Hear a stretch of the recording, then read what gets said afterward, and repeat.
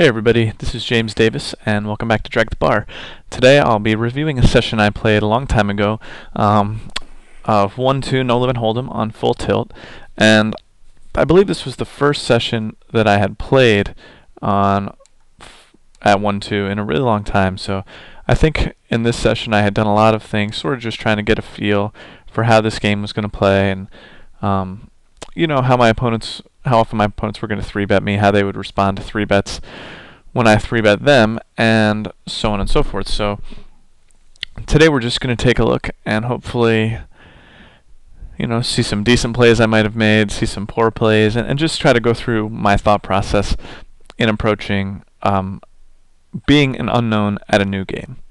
Because if you've checked in with some of my other videos where I sit and a lot of the opponents don't know me, you'll be aware of some of my strategies, but if not, hopefully this video will be useful for you. Especially in like going to a new site and sitting at a table with players that appear to be regulars. And what I'll preface everything by saying is that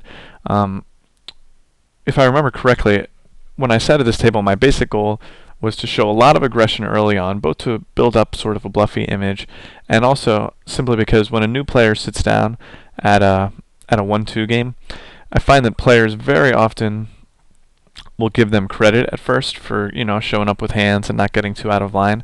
And this allows me to really win a lot of small pots before people really get wise to what's going on.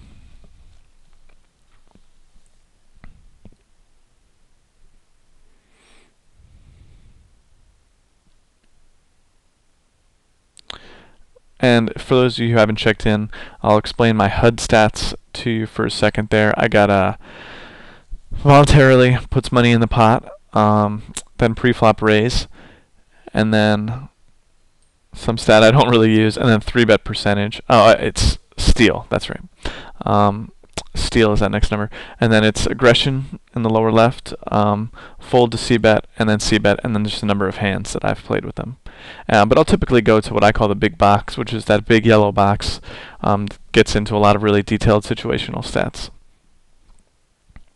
So I raise ace-king, which looks pretty standard from here.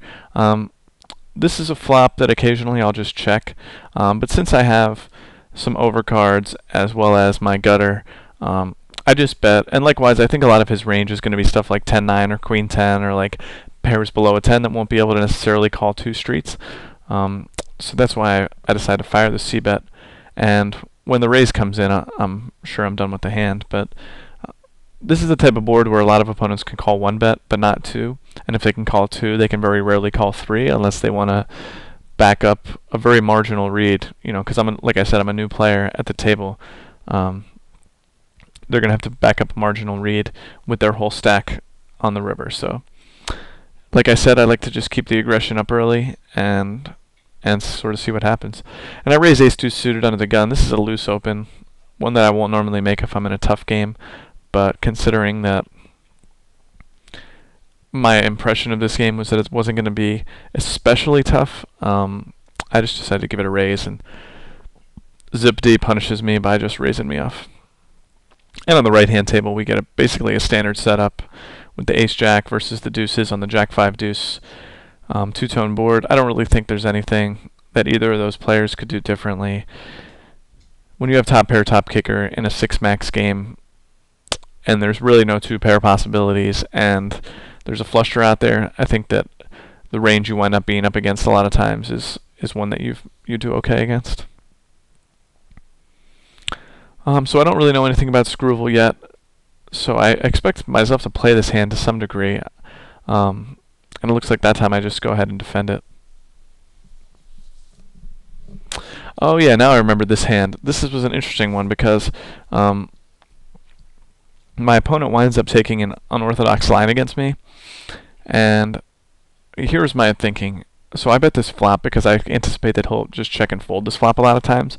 But I also know full well that when I bet this flop, it sort of polarizes my range too. Like, you know, oftentimes I'll have bluffs, but when he check raises, I really don't think he would take this line with a monster. And the bottom line is that there really aren't that many monsters out there. And when I re-raise, I feel like I can very credibly represent either a 9 or a hand that's willing to just call it off anyway, like a flush draw. And my read on him when he takes that line is that he's just got absolute nonsense. I think he would just bet a 9 right away. I don't know if he would want to take what on the surface appears to be such a strong line if he has trips. I think he might bet and like hope that I would raise or whatever. So when he took that funky line, I just decided that I wasn't going to give him the pot. So that was my thinking there.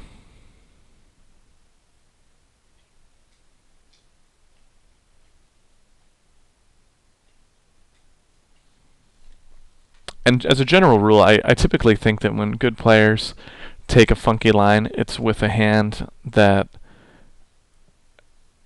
is strong, because they don't anticipate getting credit for a strong hand. But that being said, there are just some flops that opponents at these stakes will raise you on that, realistically speaking, it would be very unlikely for them to actually have a hand that they could be raising you with, and I think that was one of them. You know, some players will take that line with like ace-9 or something, but for the most part, I find it's going to be nonsense. You know, once again, unless he has like some read against me. Now, if he has a read that I'm likely to go off on a bluff, maybe he will take that line with a strong hand, but when his read is that I'm an unknown, I think that he's going to read me as being, you know, a guy who just sits and like sort of plays standardly. He's not going to read me as being capable of 3-bet bluffing, and by taking that check raise line, he sort of puts me in a situation where, in his mind, he thinks he's forcing me to have a hand, when in reality, I'm going to be, you know, pretty good at hand reading in that spot, and I'm going to be able to make plays.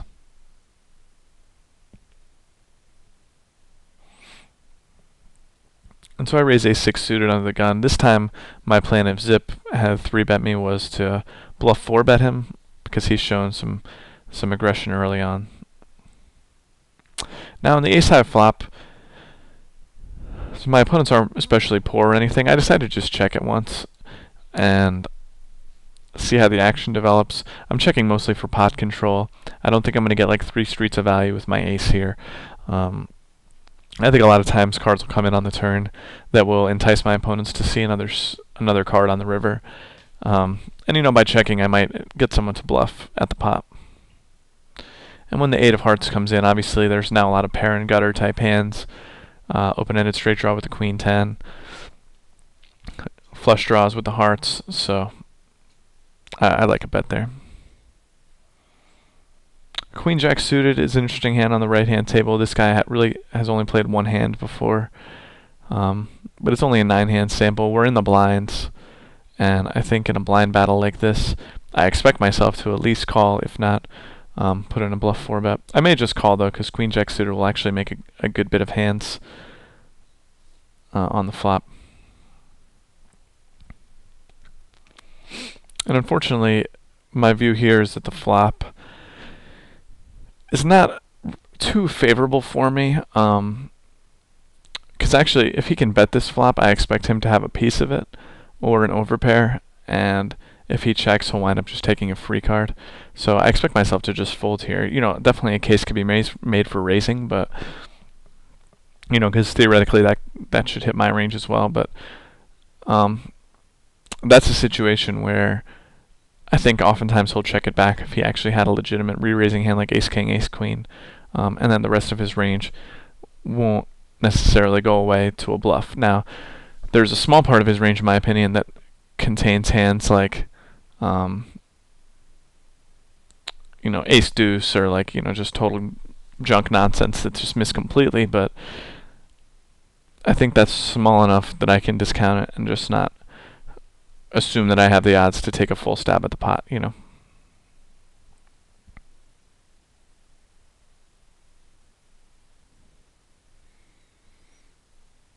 And the top player on the right-hand table is now squeezed.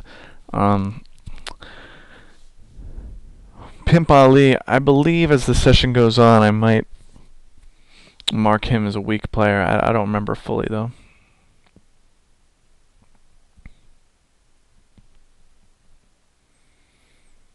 So when the ace of hearts comes off on the turn on the right-hand table, Lolly 82 is in a weird spot, because if he actually did have an overpair, it's not a great card.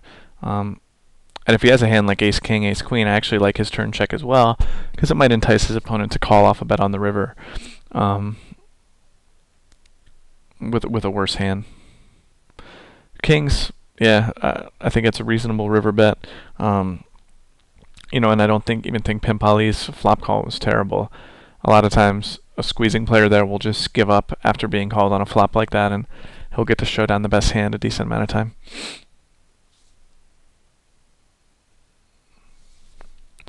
Back to my old tricks, raising ace-7 suited under the gun.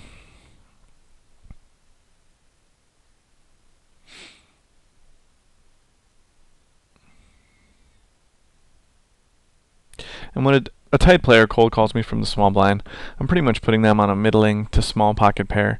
Occasionally a suited connector, but I think a lot of sharp players are ditching suited connectors now, so my plan on a queen-high board there is just to fire multiple streets and hopefully take it down. You know, sometimes he'll have ace-queen, but for the most part, I just like to play pretty rough there, and especially, like I said, when I'm new to the table and folks don't have a read, I just don't necessarily expect them to back up large chunks of their stack without top pair, at least.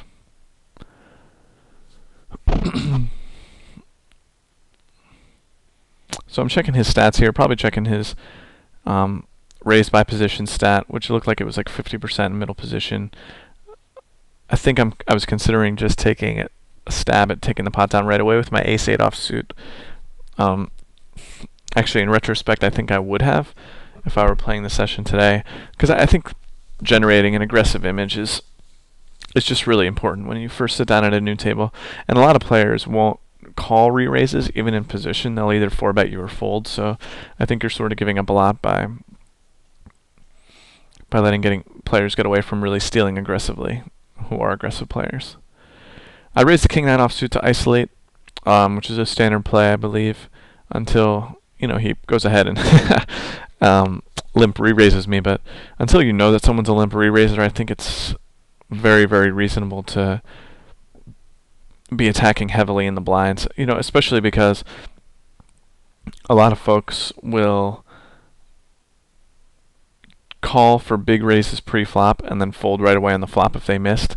And folks that, let's face it, folks limp the button a lot, in general, are relatively unstudied players, and a lot of these guys will take it a little bit crazy, limp calling like king-3 suited, and definitely offsuit aces like ace-7, stuff like that. And a lot of those hands just make no hand at all on the flop, and I feel like I can put a few blinds in there and then take it down on the flop, and as well as the compounding times where I'll make hands and get paid off because he's not very good.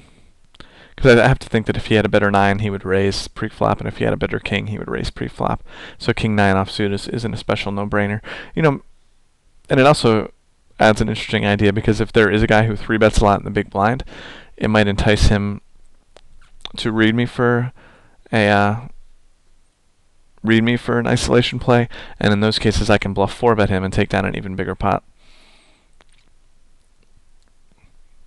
Because I think my opponents are very likely, good opponents are very likely to 3-bet me lightly when I'm making an isolation play. But on the same token, a lot of good opponents won't 5-bet all in after I 4-bet them unless they do have a premium hand. I fully expect myself to squeeze that 6-5 offsuit on the left-hand table unless I'm distracted.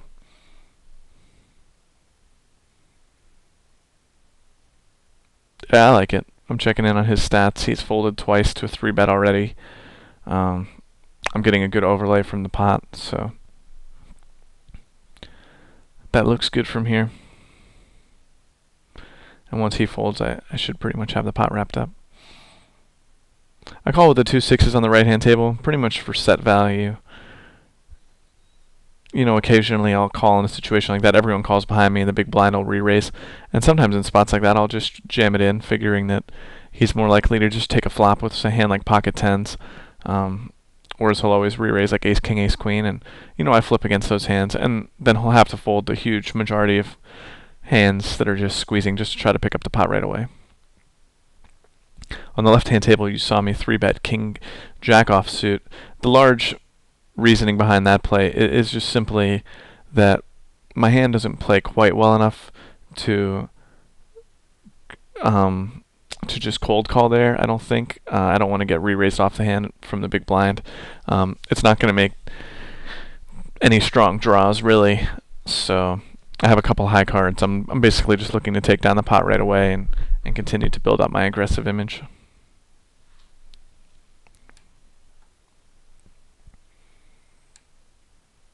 And with the king-jack offsuit on the right-hand table, now this player raises a little bit more, and he's raising from the cutoff. And I'm in the big blind, so I close the action. So I sort of think that I might just wind up taking a flop here, and figuring that he'll have a lot of hands that I dominate, like dominated kings and jacks. So once again, I'm a perfect mind reader of my own actions. I definitely like the cold call there. I don't expect myself to raise here. With the ace-7 suited on the left-hand table, when we get a guy just calling it off from the small blind, I should have folded here. I don't have the odds to call, I don't think. Well, actually, we're a little deeper. Calling wouldn't be awful, because a lot of times I can just make my ace and get to showdown if no one else has a better ace. But I think folding might be a closer play. And on the right-hand table, he checks through. He checked through the queen on the turn with ace-queen. He called a river bet, which I think was a little dubious. In case you missed the hand, the board was 6-10 queen, king, queen 6. The 6 is an especially bad card on the river because now there really aren't even any made hands that I would turn into a bluff. If I have a hand like ace-10, I'm just going to be taking a showdown. I'm certainly not going to be betting with like pocket nines or something like that. And when I bet the river, pretty much ace-queen is never good. I know it's enticing because you turn second pair top kicker, but you sort of have to read my actions as well. And unless I was calling the flop strictly to bluff, then I'm not going to have a hand that loses to ace-queen like ever on the river. And I also don't think I would necessarily... Well, I might value bet queen-jack on the river. That would be basically the one hand that he can expect to beat, but I think my hand is way more heavily... And there's the board right there. My hand is just way more heavily weighted towards kings, sixes, kings and sixes, and maybe even like a straight with ace-jack than a hand like queen-jack. So hopefully someday I'll move it off the screen. Now, if I pause in random spots that I don't seem to be supplying audio for, it's because when I originally made this video, I made it with audio, and the audio just was unacceptable. We hadn't gotten our new awesome sicko sick microphones, which we have now, which are world class and second to none, courtesy of Mr. Hunter Bick. I don't love my call with the ace-deuce suited there. I think I just need to squeeze and hope to take it down. It's not like there's particularly bad players in the blinds that I can hope to draw in and make better flushes then, so to be honest, I'm not in love with it. I mean, it's not terrible because I'll wind up using my position to take some pots in the future, but as far as a standard play, I think the default play in that spot for me typically would just be to re-raise it. Especially if I don't have a read that my opponent is capable of bluff 4-betting me. It's an interesting flop when Drunken bets, because I think he's going to bet a lot of times on this flop with basically anything, but he only bets half the pot. And when Pimp Ali calls, I really don't think that he has a huge piece of it. So I believe that my strategy here is going to be, to raise it up and assume that I'll be taking it down. And when I raise to 42, by the way, it only needs to work half the time immediately to show a profit, and I think it works way more than that. And likewise, I can improve to the best hand with an ace or a 3. And I think I can really bluff him off on a lot of cards on the turn if he has a hand like 5-6 or definitely 6-7, which of course counterfeits my 3. But I don't think I'm going to get him to fold a king, but I don't think a king is especially likely anyway, because he seems to be playing relatively aggressively and straightforwardly. And I think if he did have a king there, he might even consider raising right away. And Drunken's tell there was basically a bet sizing tell. I think if he had a big piece of that, he wouldn't have just bet half the pot. I think he would have bet a little bit more, like 3/4 pot or even full, considering that the board's pretty dry. There's two players behind them. That bet to me definitely felt more like a probing bet with like pocket tens, or just an all-out airball bluff.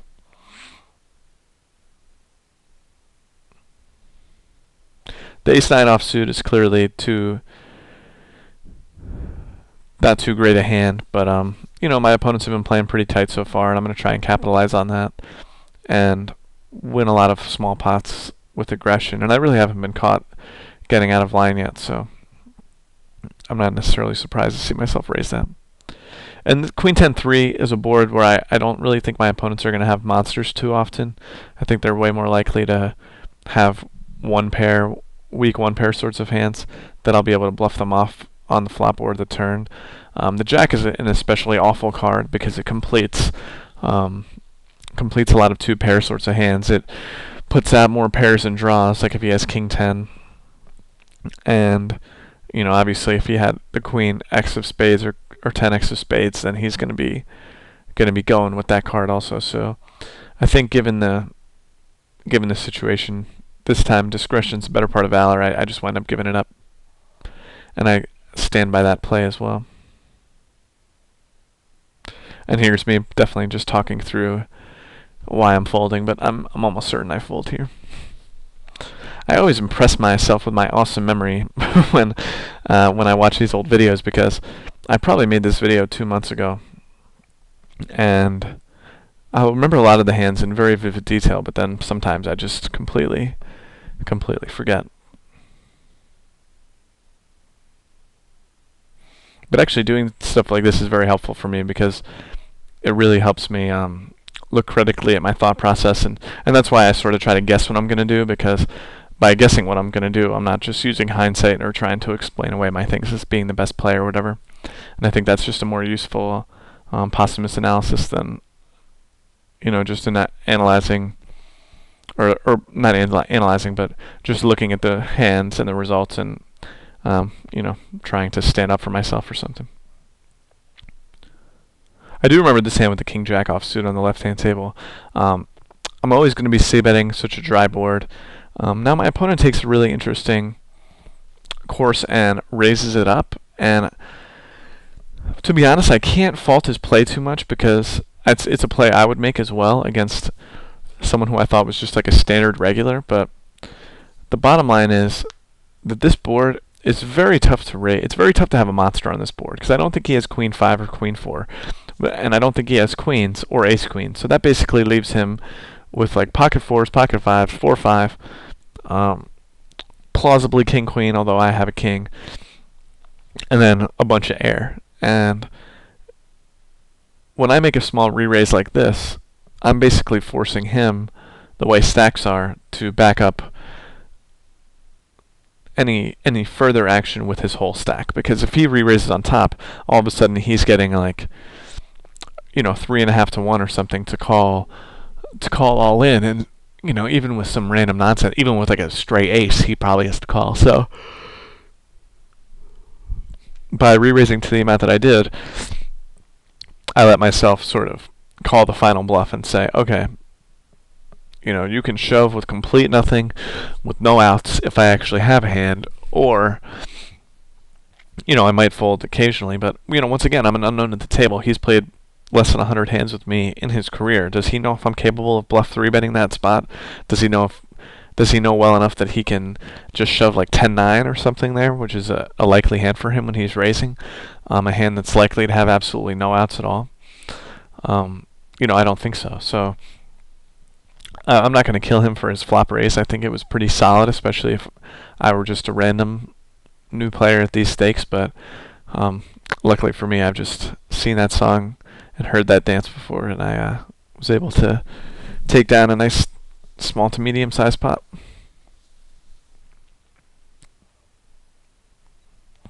I think you'll be surprised, for those of you who have been facing a lot of flop raises and been like, man, I don't think he has anything. Just put a little re-raise on top of it and just see what happens. Like, you start out with just the really dry boards, like the non-flush draw boards, because people will raise a lot of flush draws and they'll go with them. It's worth noting that your own bluffs will probably be more credible on boards where there's a flush draw present, because in those situations you're just way more likely to have a hand you can go with, and you're less likely to get bluff 3-bet yourself. But my impression at these stakes is that bluff 3-betting the flop is a lot less common than it is at some of the higher stakes games that I play. And so I think in that case that you should be the one to be doing the bluff 3-betting, because folks aren't going to be used to it. It's going to be unreasonable for them to assume that you're doing it, considering that it's an uncommon play for the stakes that are being played. And I think that you'll have a lot of success with it. And at the worst case, occasionally you'll run into real hands, but it's a disconcerting thing when someone 3-bets you, you shove, and they fold, because you're like, man, I've thought for sure he had something. And that's the type of thing people note, and they'll take record of, and then in the future they'll be way more likely to talk themselves into sticking it in a situation where you're way ahead of them.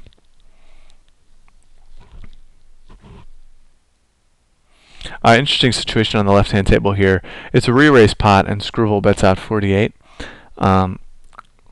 Stillmatic is tanking. I mean, this is a flop where basically his raise can almost never be anything, because they're deep, first of all,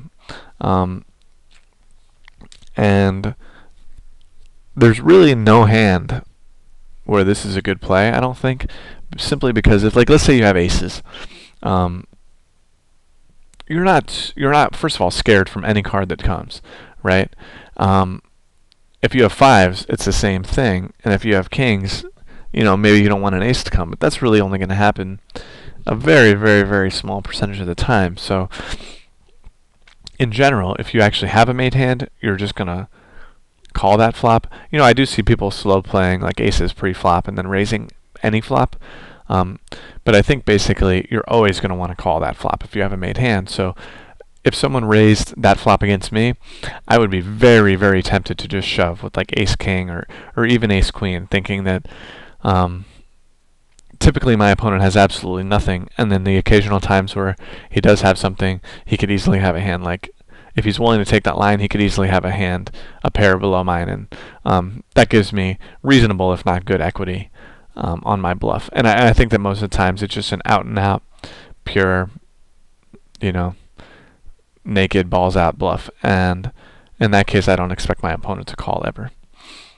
And in occasionally great situations, my opponent will be bluffing with a worse ace than me and then talk themselves into a call. I've definitely run into that in my travels as well.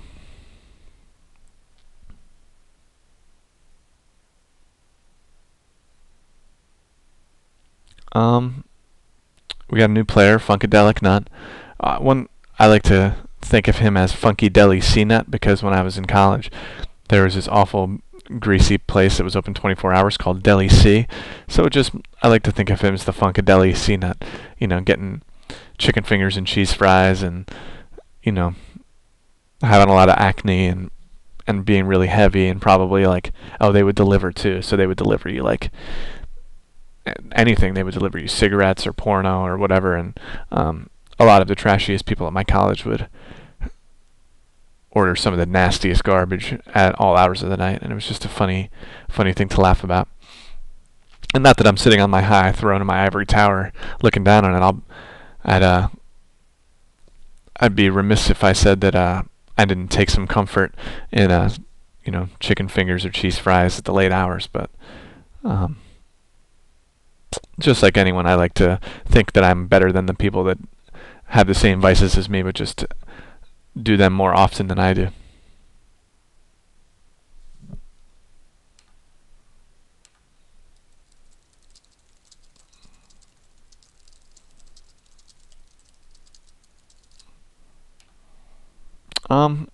The 5-10 offsuit here, it's a sort of a silly situation in that, part of you wants to think, like, how could you ever get paid off here?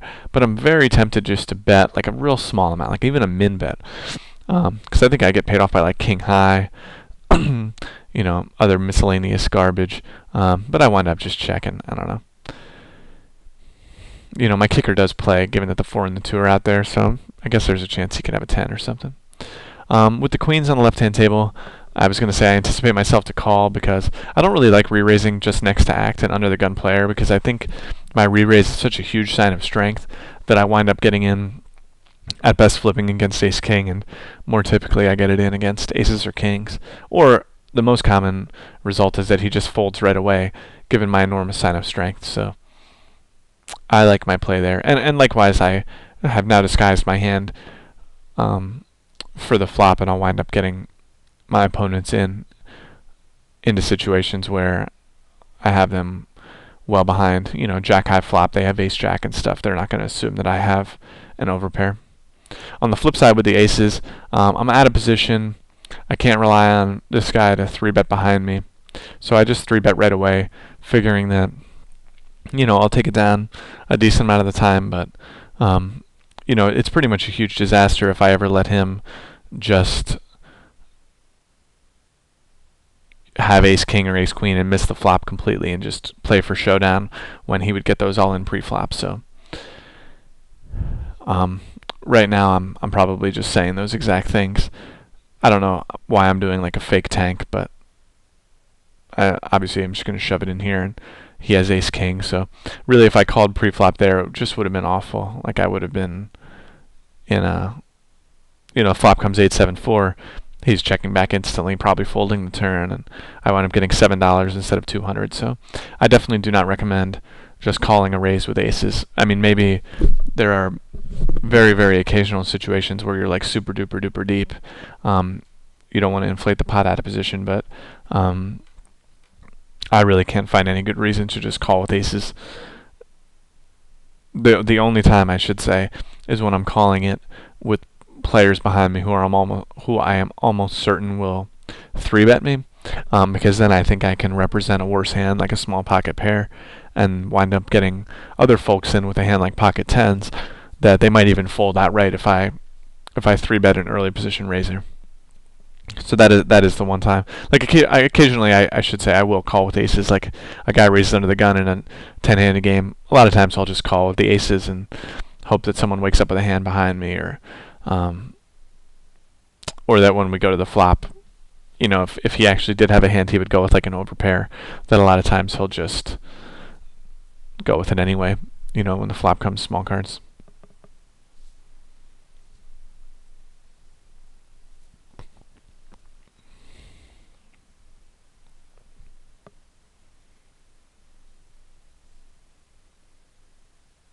So my read on this game after playing it for a while, I made a few videos here now, is that these players, the regulars, they're playing a somewhat of a solid game. They have pretty converged pre-flop raise and VPIP stats. Like what I mean by that is, they're not just calling with a lot of hands pre-flop. They're typically going to the flop as the aggressor, and they're willing to mix it up to some degree, but typically they're not willing to go all the way. And what I mean by that is they're willing to 3-bet you pre-flop very lightly, but they're not going to 5-bet you if you bluff 4-bet them. Likewise, they'll raise the flop as a bluff, but if I 3-bet as a bluff, they won't 4-bet me as a bluff. And so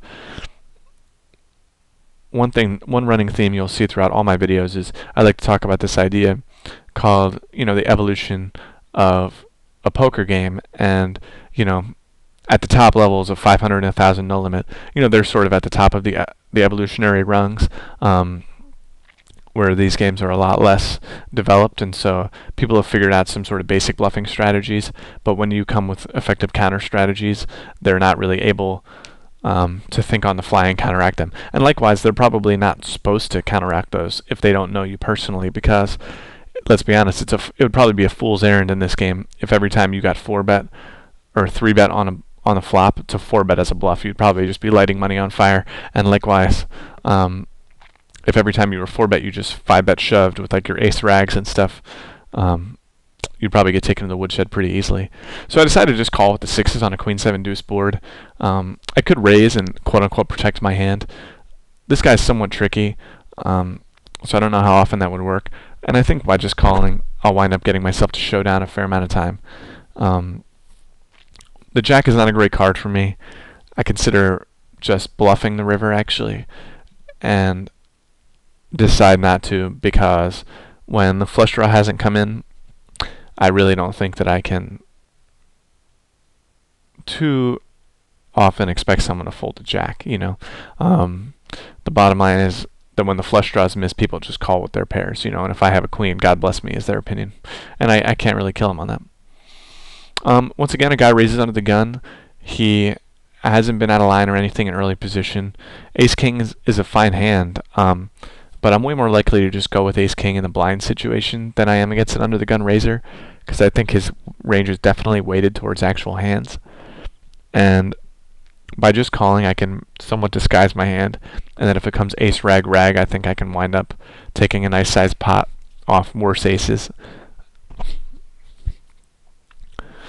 And it's funny when he c-bets this flop, 8-9-6 rainbow. It looks like I'm pondering a bluff raise. I don't think I will. Yeah. It's sort of the same theory as that earlier hand where a guy re-raised me pre-flop and then bet the flop. I think if my opponents had unmade hands, they would check back and hope to improve or just get to showdown. And on the flip side, I think that that the range that they could have that would bet that flop purely as a bluff, like stuff like cards that straddle the board, like ace deuce straddles the 6-8-9 board. You see what I'm saying? One card below, one card above. Like hands with really no draw potential. In that situation, I think it's just very heavily weighted towards or weighted away from hands like that. And so I think that bluffing out of position, and you know, if I get called on the turn, I don't really know what cards are scary to him. So sometimes you just give up on a small pot and live to fight another day. Especially because there are going to be so many pots out there where my opponent's actions are a lot less credibly representing a hand that I can bluff at and try to take down. That when my opponents are doing something that is even moderately convincing, I don't really need to take huge stabs in those pots. So the 9-10 offsuit, I decided to defend, which is fine. Now when my opponents check this hand, we remember that he check raised this as a bluff earlier. Now see, if I think he was going to bluff this board, I think he would just bet it right out, because this is a board that I'm just going to have missed a lot of times. So when he checks, I actually think he's taking a showdown line. So I decided to just check and really not put any more money in. You know, I mean, if I made a 10 or something, I probably would call one street, expecting that if he had a hand worse than a 10, he wouldn't continue to bet. But I don't see a lot of opponents just checking and giving up on a 9-4 or a queen 4-4 flop. Whereas on a 9-8-8 two-suited flop, now I can have a lot more, you know, straight draw type hands that are going to continue on that flop.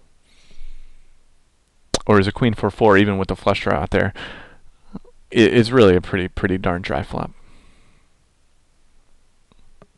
where I either have it or I don't. And from his perspective, against an unknown, I definitely like if he had like pocket jacks there, just taking a check on a queen 4-4 board, giving your opponent a chance to bluff at it.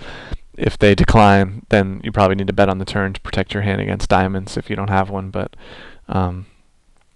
overall, I think a showdown approach is pretty solid on a board like that. So I believe I'm checking in on his stats there, thinking about a 3-bet. You know, I like one. I don't think I've been too out of line or anything on that table, especially not with 3-betting. So I think a 3-bet is a good play there. And I take down the one on the right-hand table with the king 7 offsuit.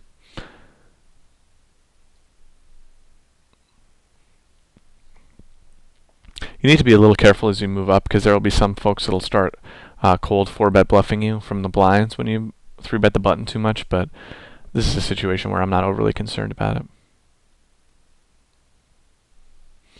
With the Jack 5 suited on the right-hand table, I wouldn't be surprised at all if I decided to just take a 4-bet here as a bluff, because my opponent had 3-bet me earlier in this situation where I raised a small blind and he was in the big blind, so I'm basically forcing him to have a hand, and it looks like this time he did, unless he's really sharp player, or he's watched videos of mine and or seen me playing higher stakes. But considering we only have 50 hands on each other, I would be shocked if he was getting it in too light there with like, ace 10 or something like that. I think he probably had ace queen or better, or pocket tens or better. But anytime someone catches me bluff 4 betting, I'll just make a note and keep that in mind for the future, because I definitely don't want to forget that, because I think that my opponents are very likely to take that note against me, because it is an unorthodox and surprising play. So if I sit with this guy some other time and see we have 40 hands on each other, and I'm like, oh, he probably doesn't know anything about me, I'm just going to bluff 4 bet him. I think that I can avoid that situation by just taking notes on him. And right away I get 3 bet by a guy when I have the ace jack off suit. I thought about bluff 4 betting him, but the fact is that I had just been caught with my pants down on that table as well with my queen 10, so I decided just to give it up.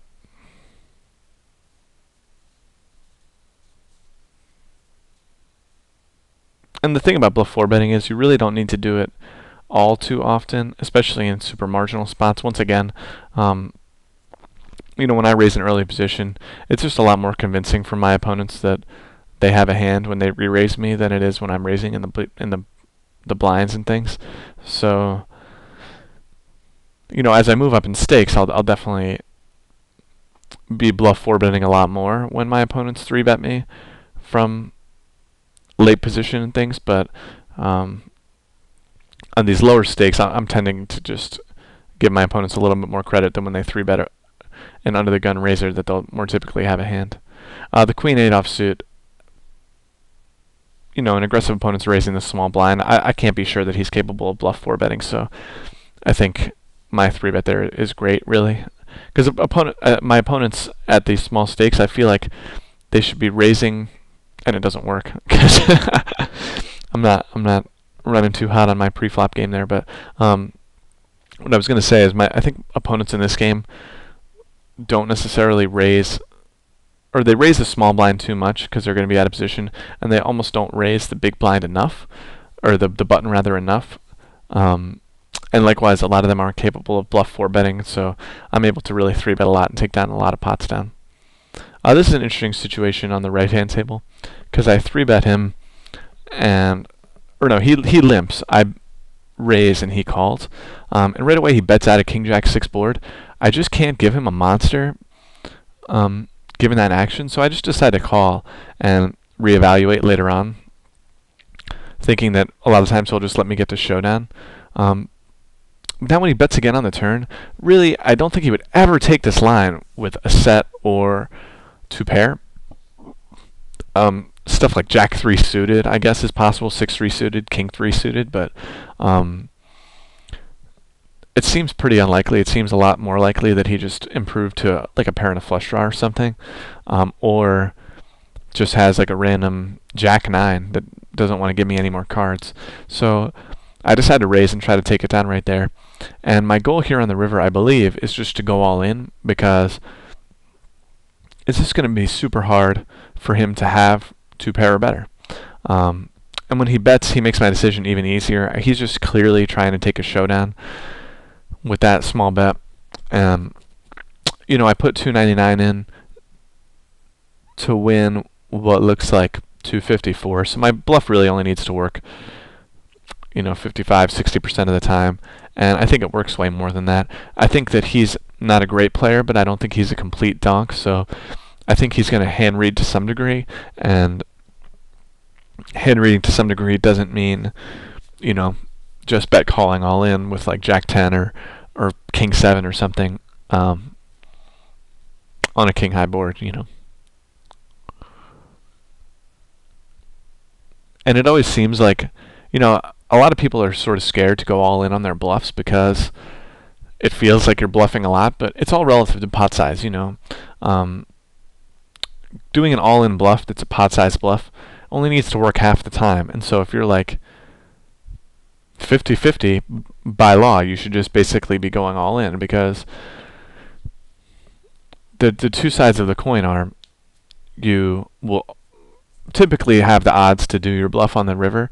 And then the flip side is you really just increase the odds that you'll get paid off in the future if you get caught. So getting caught isn't as big a disaster as it seems on the surface. With the ace-queen, I just wind up taking a showdown line. I had just taken a huge pot off him. Probably I should have just bet the flop and taken it down. But I probably just had some sort of feeling that he was going to come after me with a re-raise. Or with a check raise. You could see on the left-hand table I thought about 3-betting the ace-5 offsuit and just didn't. I don't think that would have been an especially good play anyway, considering that he's now caught me bluff 3-betting several times. And at some point, frequency begins to suggest that he doesn't have a hand every single one of those times, that he is sort of wise to my aggressive 3-betting strategy. So probably the next time I 3-bet him, I would do it with a real hand. Actually, I sort of take it back. I could see myself coming after him again with a like if he raised a small blind and I were in the big blind, I could see myself re-raising him again. Alright, so it looks like I only got about a minute left on this video. I want to thank everyone for coming and checking in and checking this video out. I think we got in a lot of really interesting spots today that showed us how players at these stakes were sort of willing to take that first level of aggression and bluffing.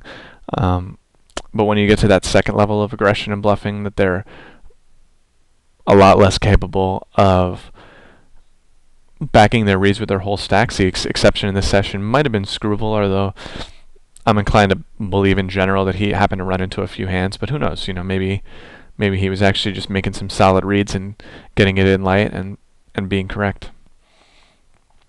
But yeah, this was a fun video. I hope to not have to record the audio again. Hopefully this audio will be good, because I don't want to have to fake surprise at the different things that happen. I want to actually be surprised, and I think I was able to do that this session. But anyway, I encourage you guys to check out my other videos, and I encourage you guys to leave feedback or ask questions, because I'm happy to discuss anything. But until next time, hope you guys do well. Bye-bye.